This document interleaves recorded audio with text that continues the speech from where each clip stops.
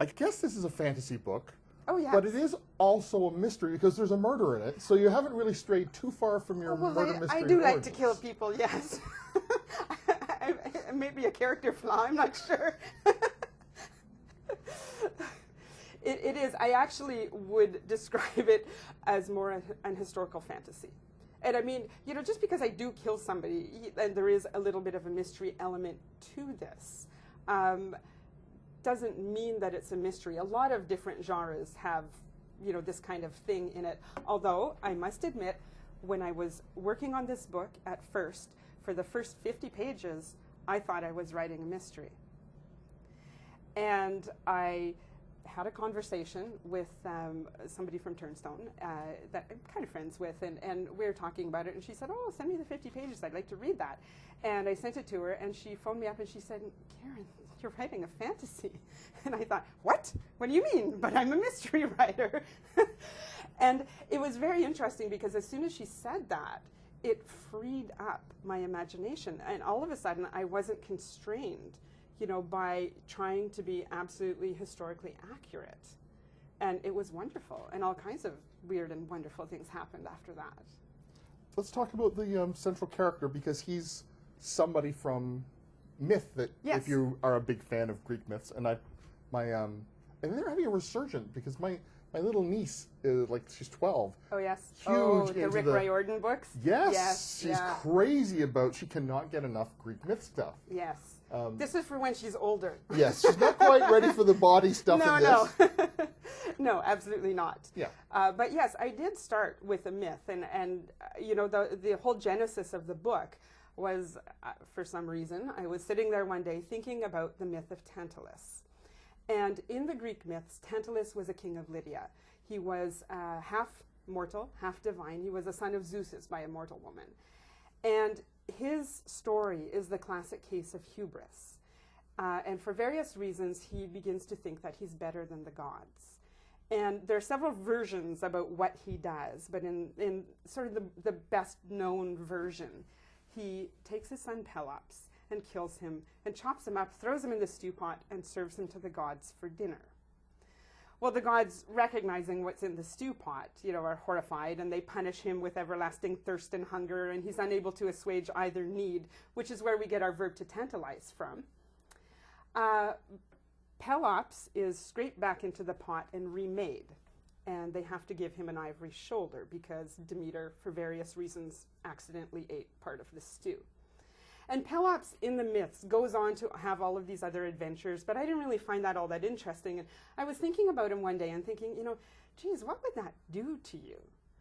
And wouldn't that make an interesting character? I mean, here's a guy with a proverbial chip on his shoulder, and so I started thinking about this, and I thought, you know, it'd be pretty interesting to write a story about this poor fellow who had this happen to him, and the gods would feel kind of guilty about it and would try to help him out, and of course just totally bugger up the works because that's what they were best at. So for a while, I was tossing around various ideas. What am I going to do? You know, I thought maybe I'd make him a student of Archimedes. You know, that way I could get into some of the really interesting inventions of the ancient Greeks, and it just didn't really seem right. And I was leafing through a book called The Life of Greece by Will and Ariel Durant. And in this, there was one line that I read, and it said, in ancient Athens, in classical Athens, there were no restaurants. And when people wanted a special dinner, what they would do was hire the services of a professional chef, who was usually a foreigner. Right there, it was just like, eureka. You know, here's my guy. You know, food for the gods. That's what he was, and that's what he does. You know, it was wonderful. It was an awesome moment for me, and all of a sudden I thought, oh, that just makes sense. You know, of course he would come out of this stew pot with this new talent for the culinary arts, and wouldn't that be kind of funny? And at that point, this is a few years ago, the whole celebrity culture, or celebrity chef culture thing was very interesting to me. It's a very strange phenomenon, and I just thought, you know, wouldn't that be interesting to put those two together, and what would that look like, a celebrity chef culture in ancient Greece?